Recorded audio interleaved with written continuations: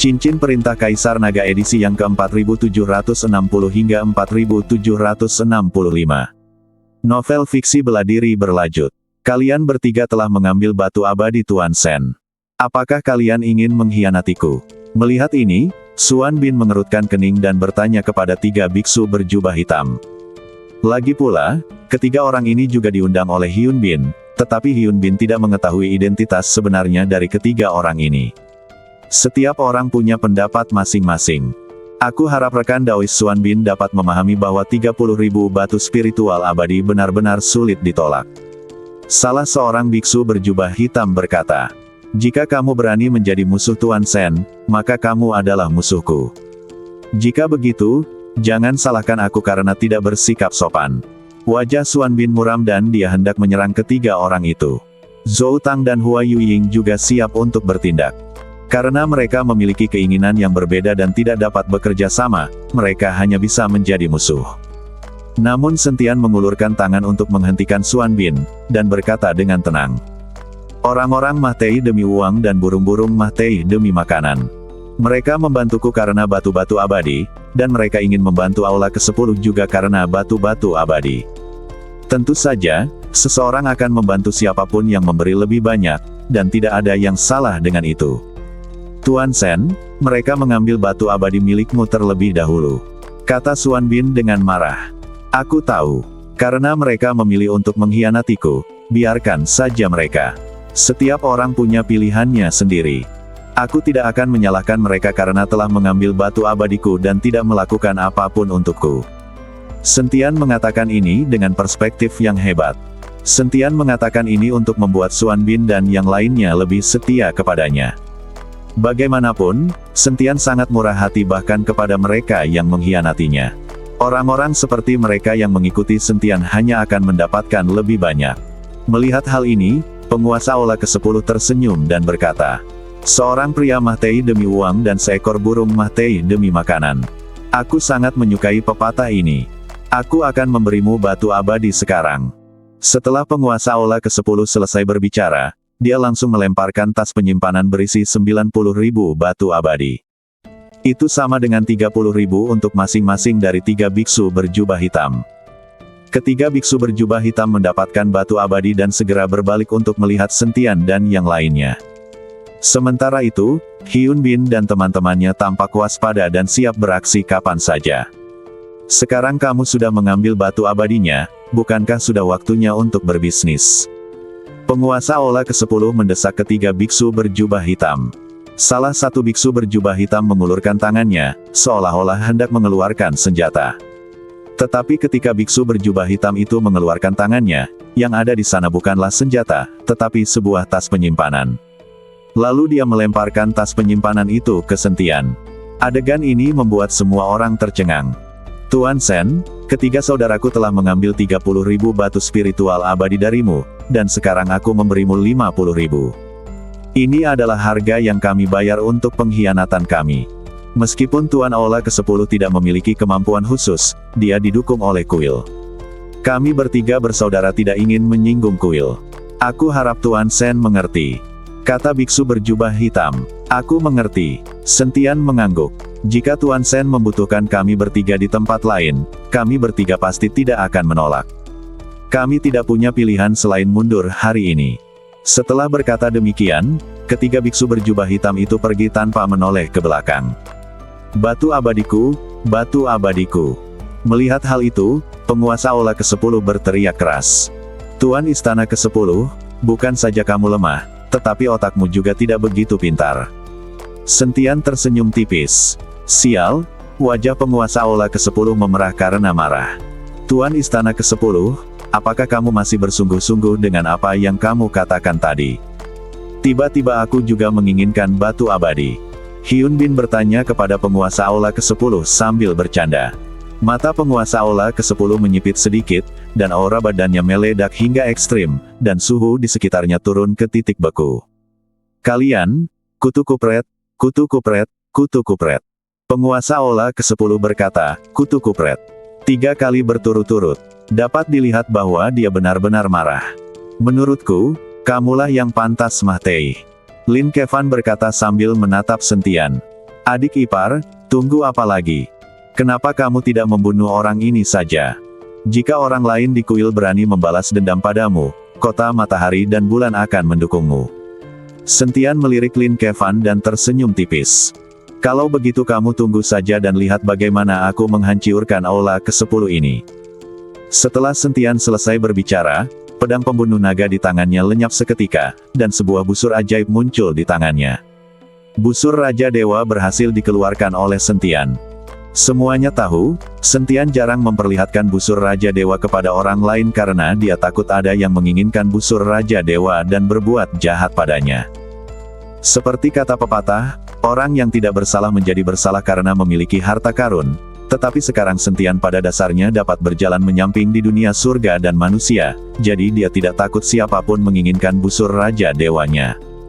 Dengan munculnya busur Raja Dewa, suasana di seluruh aula tiba-tiba menjadi sangat tegang. Busur itu memancarkan cahaya biru redup, seolah mengandung kekuatan bintang-bintang, dan setiap kilatannya membuat jantung orang berdebar-debar. Melihat busur Raja Dewa di tangan Sentian, semua orang terkejut. Suan Bin dan yang lainnya mundur satu demi satu, takut mereka akan terluka oleh busur Raja Dewa. Busur Raja Dewa, kamu benar-benar memiliki senjata yang sangat hebat. Ada nada terkejut yang luar biasa dalam suara penguasa aula ke-10. Dia sangat menyadari reputasi busur Raja Dewa, yang merupakan eksistensi mengerikan yang dapat membunuh dewa dan iblis. Sentian menggenggam erat busur Raja Dewa, tatapan matanya setajam obor, dan kekuatan dalam badannya seakan mendidih saat ini. Dia menarik napas dalam-dalam, membetulkan postur badannya, dan bersiap melancarkan pukulan mematikan. Hari ini, aku akan menunjukkan kepadamu kekuatan busur Raja Dewa. Sentian meraung, mengumpulkan seluruh tenaga di tangan kanannya, menarik tali busur, dan udara seakan membeku pada saat ini. Melihat hal itu, penguasa aula ke-10 tak berani gegabah dan segera mengumpulkan segenap kekuatan spiritualnya untuk membentuk perisai pelindung tebal dan membungkus badan mereka erat-erat. Dia tahu betul bahwa anak panah itu bukan main-main dan sedikit kecerobohan dapat mengakibatkan kutukan abadi. Swash! Cahaya biru terang membelah langit, menimbulkan suara yang memekakkan telinga, dan langsung menuju perisai penguasa aula ke-10. Kemanapun anak panah itu lewat, ruang di sekitarnya tampak terkoyak, meninggalkan retakan yang mengejutkan. Duar! Anak panah itu beradu dengan perisai dan menimbulkan suara yang memekakkan telinga. Di bawah hantaman anak panah itu, perisai itu bergetar hebat dan riak-riak pun muncul di permukaannya. Wajah penguasa aula ke-10 berubah drastis. Dia tidak pernah menyangka bahwa kekuatan busur Raja Dewa akan begitu mengerikan. Dia berusaha sekuat tenaga mempertahankan perisainya, tetapi kekuatan mengerikan itu terus mengikisnya, membuatnya merasakan tekanan yang belum pernah terjadi sebelumnya. Datang lagi. Sentian tidak memberi kesempatan kepada penguasa aula ke-10 untuk bernapas. Dia menarik tali busurnya lagi, bersiap untuk menembakkan anak panah kedua. Kali ini, dia mengerahkan hampir seluruh kekuatannya, dan cahaya biru pada anak panah itu menjadi lebih terang lagi, seakan-akan akan menerangi seluruh aula. Tidak! Penguasa aula ke-10 berteriak ngeri, dia tahu betul bahwa dia tidak sanggup lagi menahan serangan seperti itu. Namun anak panah itu sudah terlanjur datang, maka ia hanya bisa bertarung sampai mati, memusatkan seluruh kekuatan spiritualnya ke dalam tinjunya, mencoba menangkis anak panah itu secara langsung.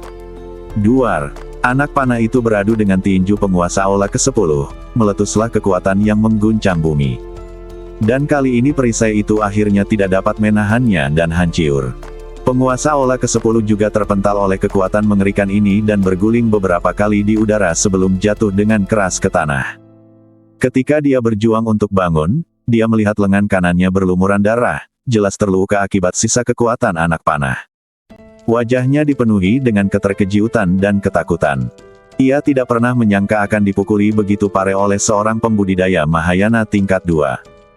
Tepat ketika penguasa aula ke-10 terkejut, Sentian menarik busurnya lagi, tetapi kali ini, busurnya tidak diarahkan kepada penguasa aula ke-10. Kali ini, lebih dari selusin anak panah ditembakkan secara langsung. Semua biksu di aula ke-10 menjadi sasaran anak panah, terutama pangeran ke-10, yang menjadi sasaran 3 anak panah. Sentian telah menjanjikan Yunli untuk menjadi penguasa aula ke-10 selanjutnya. Ini adalah janji Sentian, dan dia pasti akan menepatinya. Namun, Sentian tidak pernah mengatakan bahwa dia tidak akan membunuh saudara laki-laki Yunli, dia tidak berjanji tidak akan membunuh pangeran ke-10. Anak kecil ini sangat menyebalkan. Dia memegang permen lollipop di mulutnya sepanjang hari dan terlihat sangat sombong. Terutama selama dinasti Xiao, tatapan arogan itu, Sentian tidak pernah melupakannya. Hari ini, dia akan membiarkan bocah nakal ini merasakan apa itu ketakutan. Wuss! Puluhan anak panah melesat dengan kecepatan tinggi, dan semua biksu dari Aula ke-10 menjadi panik. Bahkan penguasa Aula ke-10 mereka tidak dapat menahan busur Raja Dewa, jadi bagaimana mungkin mereka dapat menahannya. Wajah mereka berubah drastis, dan mereka mulai mengeluarkan seluruh kekuatan mereka untuk membentuk perisai. Anak panah tersebut menembus perisai dan segera mengenai seorang biksu dari Aula ke-10. Dengan tembakan ini, biksu dari Aula ke-10 benar-benar berubah menjadi gumpalan asap hijau dan menghilang. Jiwanya berkumpul dan lenyap, bahkan Mahiat pun tidak tertinggal, menunjukkan betapa hebatnya kekuatan busur Raja Dewa. Sial, ini terlalu kuat. Hyun Bin dan yang lainnya melihat dengan kaget. Pangeran ke-10 dikelilingi oleh 3 anak panah, wajahnya menunjukkan ketakutan dan keputusasaan. Ayah, selamatkan aku, selamatkan aku. Pangeran ke-10 begitu ketakutan hingga dia hampir mengompol, dan lollipop di mulutnya jatuh ke tanah. Penguasa Aula ke-10 mengerutkan kening, dan badannya langsung berubah menjadi bayangan, menghantam keras ketiga anak panah itu. Putra sulungnya sudah meninggal, dan tak boleh terjadi apa-apa pada putra bungsunya. Adik ipar, selesaikan saja urusan penguasa Aula ke-10.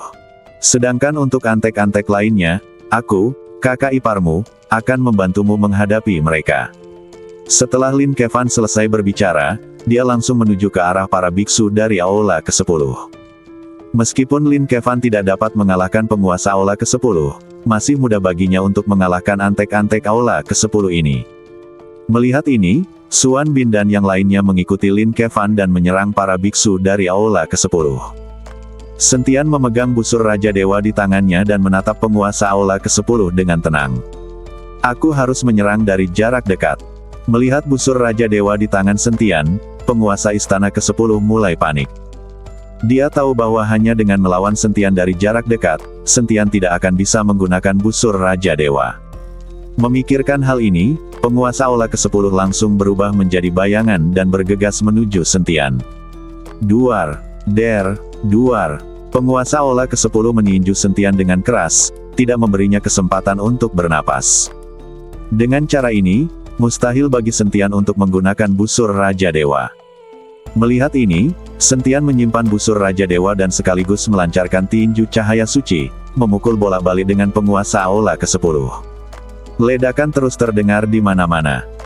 Badan Sentian diperkuat dengan metode rahasia klan dewa, dan dengan tambahan badan emasnya yang tidak bisa dihancurkan, Hua Yuying terus membentuk formasi di sekitar Sentian, yang membuat mustahil bagi penguasa Aula ke-10 untuk melakukan apapun terhadap Sentian dalam waktu singkat. Penguasa Aula ke-10 menjadi semakin tertekan seiring bertambahnya usia. Dia adalah seorang pembudidaya yang bermartabat di alam transformasi keabadian tingkat ketiga, dan dia dapat membuat awan dan hujan dengan lambaian tangannya. Pada saat ini, dia tidak dapat berbuat apa-apa terhadap pembudidaya muda di alam Mahayana tingkat kedua. Ini hanyalah pembukaan yang keterlaluan untuk hal-hal yang keterlaluan, ini sungguh keterlaluan tingkat tinggi. Penguasa Aula ke-10 merasa sangat sedih saat ini. Tinju cahaya suci Sentian sama sekali tidak lemah, dan ditambah dengan badan yang mengerikan itu benar-benar mimpi buruk. Namun, sama sekali tidak realistis bagi Sentian untuk mengalahkan penguasa Aula ke-10 dalam waktu singkat. Lagi pula, yang dihadapinya adalah makhluk tingkat 3 di alam transformasi keabadian, yang kekuatannya jauh melampaui Sentian. Bagi Sentian untuk dapat bertarung seperti ini dengan penguasa Aula ke-10, itu sudah sangat hebat. Namun Sentian tidak terburu-buru. Dia berjanji kepada Yunli bahwa dia tidak akan membunuh penguasa Aula ke-10, jadi dia hanya perlu mengikat penguasa Aula ke-10 dan membiarkan Lin Kevan dan yang lainnya membunuh semua orang di Aula ke-10. Semua orang di Aula ke-10 telah mati, dan hanya penguasa Aula ke-10 yang tersisa, dan dia tidak dapat menimbulkan masalah sama sekali. Tentu saja, Penguasa Aula ke-10 tahu apa yang sedang dipikirkan Sentian, jadi dia menjadi semakin cemas. Wah, kamu memaksaku melakukan ini. Penguasa Aula ke-10 tiba-tiba tampak garang, dan aura mengerikan menyelimuti sekelilingnya. Dan pada saat yang sama, seluruh badannya mulai bermutasi. Duar, aura penguasa Aula ke-10 melonjak lagi. Sentian sedikit terkejut, mengerutkan kening dan berkata, "Bukankah orang-orang dari klan dewa ini semuanya manusia? Bagaimana mereka bisa menjadi monster? Tuan Sen, berhati-hatilah. Orang ini berubah menjadi binatang. Dia pasti memiliki gen binatang yang menyatu di dalam badannya." Melihat ini, Hua Yuying buru-buru mengingatkan Sentian. Sentian tidak bisa berkata apa-apa saat melihat ekspresi menjijaikan dari penguasa Aula ke-10. Para dewa yang katanya sombong ini, ternyata di balik layar memang seperti itu. Hari ini, aku ingin kalian semua mati. Karena penguasa Aula ke-10 telah memperlihatkan sisi terburuknya. Sebagai anggota klan dewa, dia tidak bisa membiarkan siapapun yang hidup melihatnya merubah wujud seperti ini. Jadi semua orang di sini harus mati. Ketika Sentian melihat penguasa Aula ke-10 menyerbu, dia langsung mengeluarkan pedang pembunuh naga dan menebasnya. Penguasa Aula ke-10 menyerbu maju tanpa ampun, cahaya pedang pecah, dan Sentian langsung terlempar ratusan kaki jauhnya, dan retakan muncul di badan emasnya yang tidak bisa dihancurkan. Sentian sedikit mengernyit, lalu cepat-cepat memanfaatkan jarak itu untuk menyingkirkan pedang pembunuh naga dan mengeluarkan busur Raja Dewa lagi. Namun, Sentian tahu bahwa ini mungkin menjadi saat terakhir dia bisa menggunakan busur Raja Dewa. Dengan kekuatannya saat ini, dia tidak bisa menarik busur Raja Dewa sesering itu. Sentian perlahan menarik tali busur, dan aura jahat Pola Dao mengalir deras dalam badan Sentian seperti air pasang, bulu panah emas perlahan muncul di busur Raja Dewa. Untuk pukulan terakhir, Sentian harus mengerahkan segenap tenaganya. Desir, seberkas cahaya keemasan melesat keluar. Wus, bulu panah emas melesat langsung ke badan penguasa Aula ke-10, tetapi bulu panah emas itu hancur seketika. Kekuatan hentakan yang besar menyebabkan Sentian mundur 100 kaki lagi. Pada saat Sentian melangkah mundur, penguasa Aula ke-10 melompat dan meninjunya. Wus! Kehampaan itu terdistorsi dan berubah bentuk dalam sekejap, dan badan Sentian terjatuh dengan keras ke tanah, langsung masuk 100 meter di bawah tanah. Tuan Sen. Hua Yuying ketakutan dan buru-buru menggunakan formasi untuk membungkus badan penguasa Aula ke-10 dengan jaring sutra, mencoba menghentikan penguasa Aula ke-10 menyerang Sentian lagi. Mendengar teriakan Hua Yuying, Lin Kevan berbalik dan ketika dia melihat Sentian terbanting ke tanah, wajahnya penuh amarah dan niat membunuh. Kutu Kupret, jika kamu berani memukul adik iparku, aku akan melawanmu. Lin Kevan berubah menjadi aliran cahaya dan menghantam ke arah penguasa Aula ke-10. Penguasa Aula ke-10 terjerat dalam jaring sutra dan dipukul oleh Lin Kevan saat dia tidak bergerak. Dengan suara keras, penguasa Aula ke-10 tidak bergerak, tetapi Lin Kevan terpental, badannya retak-retak, dan darah mengucur dari mulutnya. Lin Kevan membuka cincin penyimpanan dan memasukkan segenggam pil ke dalam mulutnya. Pada titik ini, dia tidak lagi peduli dengan sumber daya apapun yang dikonsumsi. Setelah memukul mundur Lin Kevan, penguasa Aula ke-10 berjuang ringan dan melepaskan diri dari formasi Hua Yuying. Lalu dia melangkah menuju Sentian. Pangeran keempat, hentikan dia. Melihat ini, Hua Yuying buru-buru memanggil Lin Kevan. Lin Kevan mengerutkan kening, menggertakkan giginya rat-rat, dan berkata dengan kejam.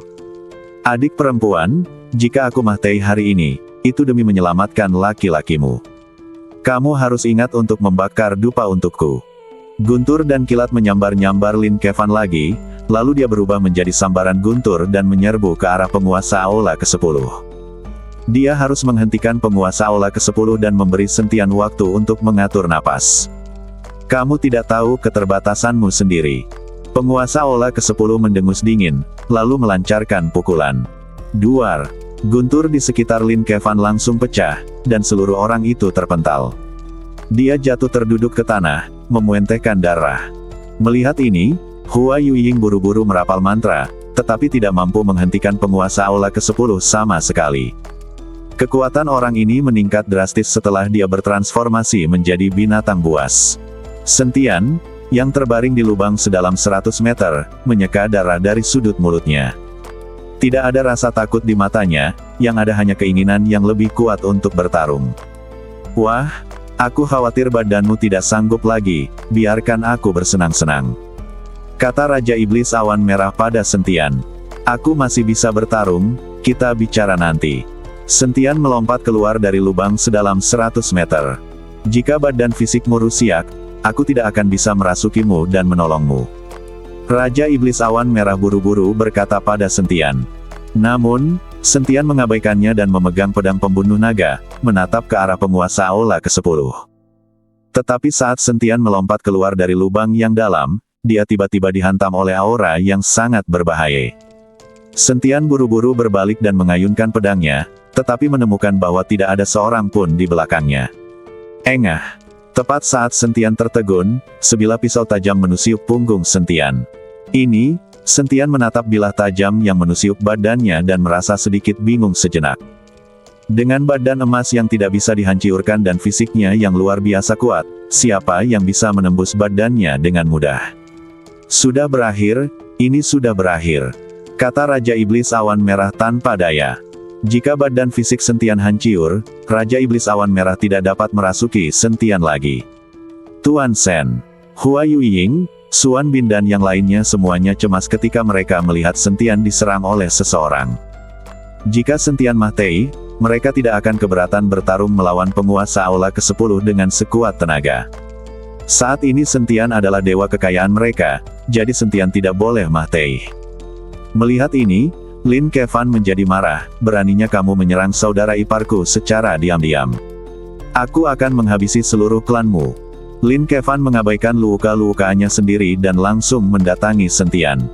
Tetapi ketika semua orang bergegas menuju Sentian, raungan naga terdengar dari badan Sentian, kemudian kristal naga di dadanya terus berkedip. Dan seekor naga emas perlahan muncul dari badan Sentian.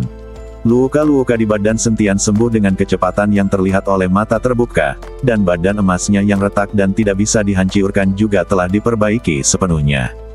Naga emas mengelilingi badan Sentian, dan energi naga menyelimuti Sentian. Semua orang yang melihat adegan ini terkejut. Apakah itu Lin Kevan atau Xuan Bin dan lainnya, mereka tidak menyangka bahwa naga emas akan muncul di badan Sentian. Tidak jauh dari Sentian, seorang lelaki tua yang hampir tidak terlihat memiliki ekspresi terkejut dan bingung di wajahnya. Orang tua ini adalah orang yang menyerang Sentian. Dia adalah tetua Qian yang disebutkan oleh penguasa Aula ke-10, dan statusnya lebih tinggi dari penguasa Aula ke-10. Aula ke-10 sebenarnya punya pembantu. Ini akan merepotkan. Melihat lelaki tua Qian yang muncul, Xuan Bin berkata dengan ekspresi serius. Ketika penguasa Aula ke-10 melihat tetua Qian, dia pun berkata dengan hormat. Aku minta maaf karena telah mengganggu meditasi tetua Qian. Aku harap tetua Qian tidak akan menyalahkanku. Bahkan penguasa Aula ke-10 yang telah berubah wujud menjadi binatang tidak berani memperlihatkan sedikit pun rasa tidak hormat kepada tetua Qian. Tetua Qian mengabaikan penguasa Aula ke-10 dan menatap Sentian dengan saksama. Pantas saja aku tidak bisa mengetahui asal-usulmu. Sentian juga menatap lelaki tua Qian, dasar kutu kupret tua, apakah kamu yang baru saja menyerangku? Itu bukan serangan diam-diam, aku hanya meramalkan posisimu. Tetua Qian tersenyum tipis. Kutu kupret denganmu karena meramalkan hal ini. Lin Kevan mengumpat dengan marah dan langsung meninju.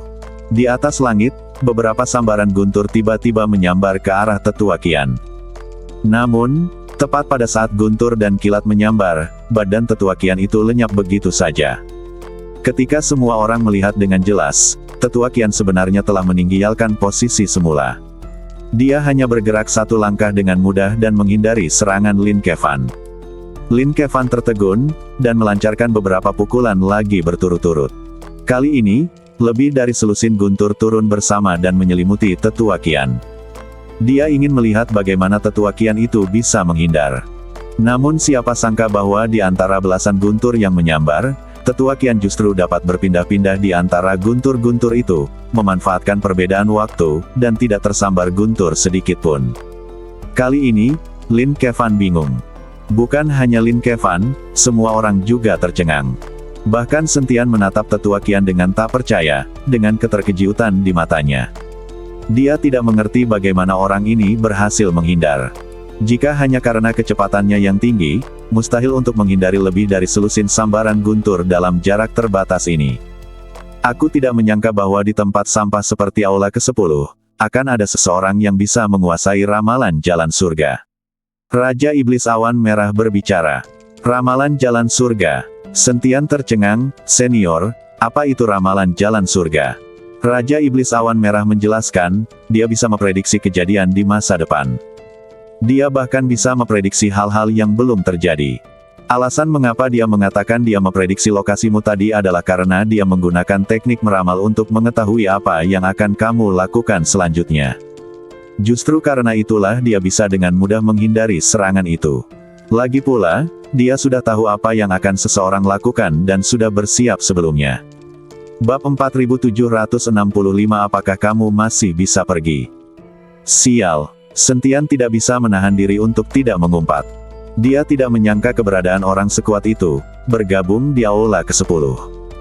Melihat penguasa Aula ke-10 di depannya, badannya berwarna merah darah, wajahnya mengerikan, dan auranya aneh dan kuat. Di belakang penguasa Aula ke-10, hanya Pangeran ke-10 dan 2 biksu Aula ke-10 yang tersisa, dan mereka semua terluka parah.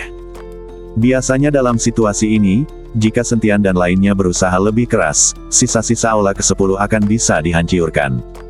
Siapa yang tahu bahwa penguasa Aula ke-10 dapat berubah wujud menjadi binatang buas, dan bahwa ada orang di penguasa Aula ke-10 yang dapat menyimpulkan jalan surga. Ini sedikit salah perhitungan. Adik ipar, kenapa kita tidak mundur saja? Pria sejati bisa membungkuk dan meregang. Aku akan mengumpulkan sekelompok orang saat kita kembali ke kota matahari dan bulan. Lin Kevan berkata pada Sentian. Setelah beberapa pukulan berturut-turut, Lin Kevan bahkan tidak melukai rambut lawannya. Dia merasa sedikit frustrasi. Belum lagi kekuatan penguasa Aula ke-10 setelah transformasi binatangnya, bahkan jika mereka menyerang lelaki tua di depan mereka bersama-sama, mereka tidak akan bisa berbuat apa-apa. Sama sekali tidak ada peluang untuk menang. Apakah menurutmu kita masih bisa pergi? Tanya Sentian. Lin Kevan tertegun sejenak dan kemudian dia berhenti berbicara. Penguasa Aula ke-10 mensibir. Kamu ingin pergi? Aula ke-10 bukanlah hotel di mana kamu bisa datang dan pergi sesuka hatimu. Huo Qing, tidak peduli siapapun dirimu, kamu tetaplah anggota Aula ke-10. Apakah kamu hanya akan menyaksikan kejatuhan Aula ke-10 dan tidak melakukan apapun? Pada saat ini, Tetua Qian berkata pada kehampaan dengan wajah dingin. Bersamaan dengan suara Tetua Qian, kehampaan pun bergetar, dan Huo Qing perlahan muncul bersama lelaki tua kurus itu. Huo Qing bisa saja memilih untuk tidak memberikan muka pada penguasa Aula ke-10, tetapi karena Tetua Qian telah berbicara, Huo Qing tidak berani untuk tidak muncul. Baru saja Huo Qing benar-benar mengamati secara diam-diam selama beberapa saat. Meskipun orang-orang dari Aula ke-10 menderita banyak korban, Huo Qing masih tidak berniat membantu. Tuan Qian, aku baru saja kembali ke Aula ke-10. Tuan Aula memintaku untuk membunuh Sentian sebagai balas dendam, dan aku telah berusaha mencarinya. Aku tidak menyangka anak ini berani memimpin orang lain untuk menyerang Aula ke-10. Dia sangat sombong. Huo Qing berkata kepada Tetua Qian sambil tersenyum di wajahnya. Huo Qing, apakah kamu ingin mempermalukanku? Tanya Tetua Qian dengan wajah dingin. Tidak berani, aku tidak berani. Bagaimana mungkin Tetua Qian bisa berkata seperti itu? Huo Qing melambaikan tangannya berulang kali. Apakah kamu lupa apa yang telah aku lakukan? Beraninya kamu berbohong padaku? Tanya Tetua Qian dengan tegas. Huo Qing tersenyum canggung dan tidak mengatakan apa-apa. Kebohongannya terlihat oleh Tetua Qian sekilas. Dia mampu menyimpulkan keberadaan jalan surga, jadi bagaimana mungkin dia tertipu oleh sebuah kebohongan? Apakah para pembantu yang kamu temukan sudah tiba? Melihat Huo Qing tidak mengatakan apa-apa, Tetua Qian terus bertanya. Mereka sedang dalam perjalanan dan akan segera sampai. Serahkan saja orang-orang ini padaku. Aku tidak akan pernah membiarkan mereka meninggalkan Aula ke-10 hidup-hidup. Huo Qing buru-buru berkata dengan nada menyanjung. Singkirkan pikiran-pikiran kecilmu dan berkembanglah dengan baik. Jika tidak, dengan satu kata dariku, keluarga Huomu tidak akan pernah memiliki kesempatan untuk memasuki kuil lagi. Tetua Qian menepuk Huo Qing dan berkata, Tuan Qian benar. Aku tidak akan berani melakukannya lagi. Huo Qing mengangguk berulang kali, lalu menatap Sentian dan yang lainnya, mendengus dingin dan berkata, Dasar sampah kecil, beraninya kamu menyerang Aula ke-10. Tunggu dan lihat bagaimana aku akan menghancurkanmu. Setelah Huo Qing selesai berbicara, dia mengangkat tangannya dan melayangkan pukulan. Lagi pula, Sentian dan anak buahnya telah mengalami pertempuran sengit dan terluka, jadi Huo Qing sekarang bisa menunggu kesempatan setelah Sentian dan lainnya kelelahan. Huo Qing, kamu sungguh kurang ajar dengan kemampuan kecilmu. Chang Yue tiba-tiba menyerbu dan melontarkan pukulan. Keduanya berada di puncak alam Mahayana tingkat ke-9, tetapi Chang Yue tidak takut sama sekali. Jeger. Setelah ledakan yang memekakkan telinga, gelombang kejut yang mengerikan menyebar ke segala arah. Badan Chang Yue langsung terlempar mundur dan ditangkap dengan mantap oleh Hua Yueying yang menggunakan formasi. Huo Qing hanya mundur selusin langkah. Dilihat dari pukulan ini, Huo Qing sedikit lebih baik. Namun, Chang Yue telah bertarung cukup lama, jadi wajar jika dia berada dalam posisi yang kurang menguntungkan. Bersambung.